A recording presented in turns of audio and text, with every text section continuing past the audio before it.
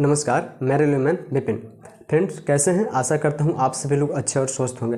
अभी जो है ना डीएसएसबी में जो है वैकेंसी निकल के आई है पीआरटी के, मतलब प्राथमिक टीचर की जो वैकेंसी निकल के आई है, तो हम उसमें बात करेंगे कि आपको इसमें जो है फॉर्म कब से भरा जाएगा और क्या क्या इसका सिलेक्शन प्रोसेस होने वाला है।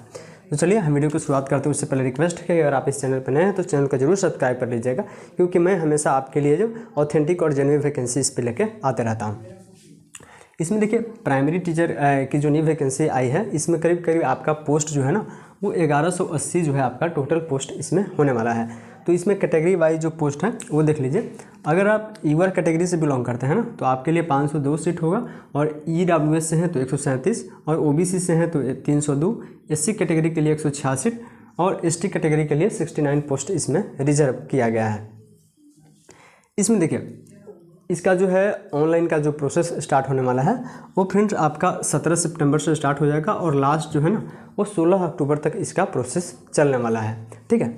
अब जो है इसमें एज की बात करें तो इसमें देखिए मिनिमम एज का जो है कोई वो इसमें मेंशन नहीं किया है, बट 21 साल अगर आप हैं तो आप भरिए, और लास्ट आपका एज अगर यूआर कैंडिडेट हैं तो आपके लिए 30 साल होने वाला है, और अगर आप ओबीसी हैं तो आपको 3 साल का, और एससी एसटी हैं तो आपको 5 साल का इसमें छूट मिलेगा एज में रिलैक्सेशन। ठीक है।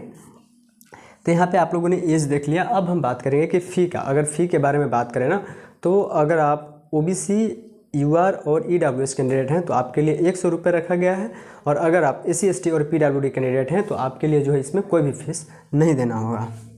तो चलिए यहाँ पे हम लोग देखें कि यहाँ पे फ़ी का बात हो गया। अब हम सबसे मेन ज़रूरी जो है इसका क्वालिफ़िकेशन योग्यता क्या है वो समझेंगे। अगर आपने 12th किया है और 12th के साथ अगर आपने 50% मार्क्स उसमें हैं, आपने स्कोर किए हैं, और उसके साथ आपने डीएलएड किया है तो आप इस फॉर्म को भरिएगा।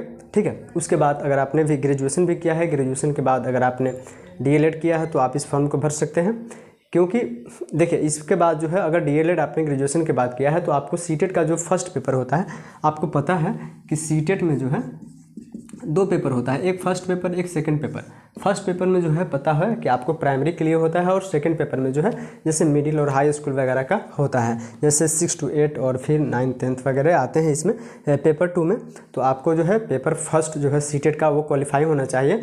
अगर आप यूआर कैंडिडेट हैं तो यूआर कैटेगरी से पास होना चाहिए, ओबीसी से हैं तो ओबीसी का स्कोर में आपको पास होना ज़रूरी है।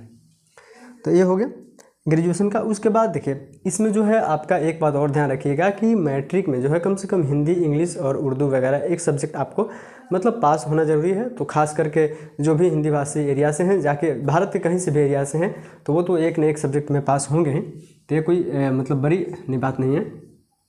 अब देखिए अगर आपका इसमें सैलरी की बात करें कि ग्रेड पे कौन सी होने वाली है इस जॉब में, तो मैं आपको बताता हूँ कि इसमें जो है 4200 ग्रेड पे का जॉब होने वाला है जो ग्रुप बी में है। बाकी जो है मैं जिस एरिया में हूँ वहाँ पे तो 42 तक ही ग्रुप सी में ही आता है, लेकिन अपना जो है दिल्ली का ये जॉब है तो उसका अपना प्रोसेस, अपना तरीका है उनका।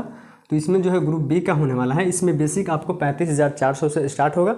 उसमें डीए अलाउंसेस वगैरह सारे मेडिकल फैसिलिटी आपको दिए जाएंगे। करीब करीब आपका अराउंड जो है ना सैलरी 60 के तक पहुँच जाएगा। मतलब आपको 60,000 तक करीब करीब आराम से, मतलब 60 प्लस ही रहेगा आपका, 60 तक सैलरी मिलने वाला है। अब इसमें हम बात कर रहे हैं कि एग्ज़ाम का प्रोसेस क्या होने वाला है। एग्ज़ाम का प्रोसेस फ्रेंड्स आपका इसमें सीबीटी होने वाला है। बस एक ही एग्ज़ाम होने वाला है आपका, कंप्यूटर बेस्ड टेस्ट एक एग्ज़ाम होगा। उस एग्ज़ाम के बाद आपका सीधा डॉक्यूमेंट वेरिफिकेशन होने वाला है, और उसके बाद आपका सीधा ज्वाइनिंग होगा। ठीक है। अब हम समझ लेते हैं कि आपका एग्ज़ाम का जो प्रोसेस होने वाला है उसमें कौन कौन से पेपर में क्या क्या सब्जेक्ट आपको होने वाले हैं।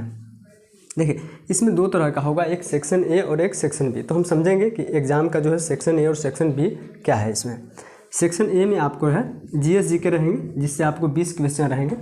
मतलब आपको नॉर्मली जो जीके जीएस हैं उससे 20 क्वेश्चन रहेंगे। उसके बाद आपको रीजनिंग से 20 क्वेश्चन इसमें आएंगे। उसके बाद अगर मैथ की बात करें ना तो मैथ से भी आपको 20 क्वेश्चन रहेंगे। उसके बाद इंग्लिश और इंग्लिश कॉम्प्रिहेंशन जो आप देखते रहते हैं, और भी जो कंपटीशन में एग्ज़ाम की तैयारी कर रहे होंगे तो आपको पता है कि इंग्लिश में इडियम फ्रेजेस वगैरह होते हैं, मतलब सिनोनिम्स, एंटोनिम्स और फ्रेजेस वगैरह जो होते हैं उससे रिलेटेड आपको 20 क्वेश्चन रहेंगे। हिंदी में भी उसी तरह का होता है, जैसे अनुलोम विलोम वगैरह होता है ये सब, उसमें भी आपको फ्रेज मिला करके 20 क्वेश्चन आ जाएंगे। तो आपको अब सेक्शन बी की तरफ हम चलते हैं। तो सेक्शन बी में देखिए आपको MCQs मतलब मल्टी चॉइस क्वेश्चंस जो रहेंगे वो 100 रहेंगे। उसमें आपको NCTE के आधार पर जो है आपको मेथोडोलॉजी और टीचिंग पेडागोगी, मतलब आपको पता होना चाहिए कि जब प्राथमिक टीचर में आप ट्रेनिंग कर रहे होंगे उस टाइम पीरियड में एक पेडागोगी होता है। पेडागोगी का मतलब होता है कि बच्चों का जो भौतिक विकास होता है ना, कैसे उनको पढ़ाना है, उनके साथ कैसे बिहेव करना है, ये सारे तरीके आपको सिखाए जाते हैं। तो वो सारे जो है ना इसमें आपको पूछे जाएंगे। तो आप ध्यान रखिएगा कि ये सारे क्वेश्चंस मिला के आपसे जो है 100 क्वेश्चन आपके रहेंगे, ठीक है। तो टोटल जो है ना आपका इसमें 100 क्वेश्चन 1 घंटा, 100 क्वेश्चन 1 घंटा, टोटल 200 क्वेश्चन होंगे, 200 घंटा 200 मार्क्स होंगे आपको और 2 घंटा समय दिया जाएगा। और नेगेटिव की बात करें तो नेगेटिव जो है आपका 0.25 मतलब 1/4 आपका नेगेटिव इसमें होने वाला है। तो नेगेटिव को ध्यान में ही रख करके आप स्कोर करिएगा। और सबसे बड़ी बात कि इसका जो आपका एग्ज़ाम का पैटर्न होगा वो हिंदी और इंग्लिश दोनों में होगा। तो आपको जैसे अपना सुविधा के अनुसार आप इसको एग्ज़ाम को दे सकते हैं। तो ये जो था आपका प्राइमरी टीचर के बारे में संपूर्ण जानकारी था। बाकी जो है DSSB.gov जाके आप देख सकते हैं। बाकी मैंने जो बताया ये सारा कुछ जो है उसका मतलब ब्रीफ में मैंने आपको समझाया है। तो फ्रेंड्स अगर आप एलिजिबल हैं तो जाइए और फॉर्म को ज़रूर भरिए। तो चलिए हम फिर मिलते हैं नए जॉब्स अपडेट के साथ। जय हिंद।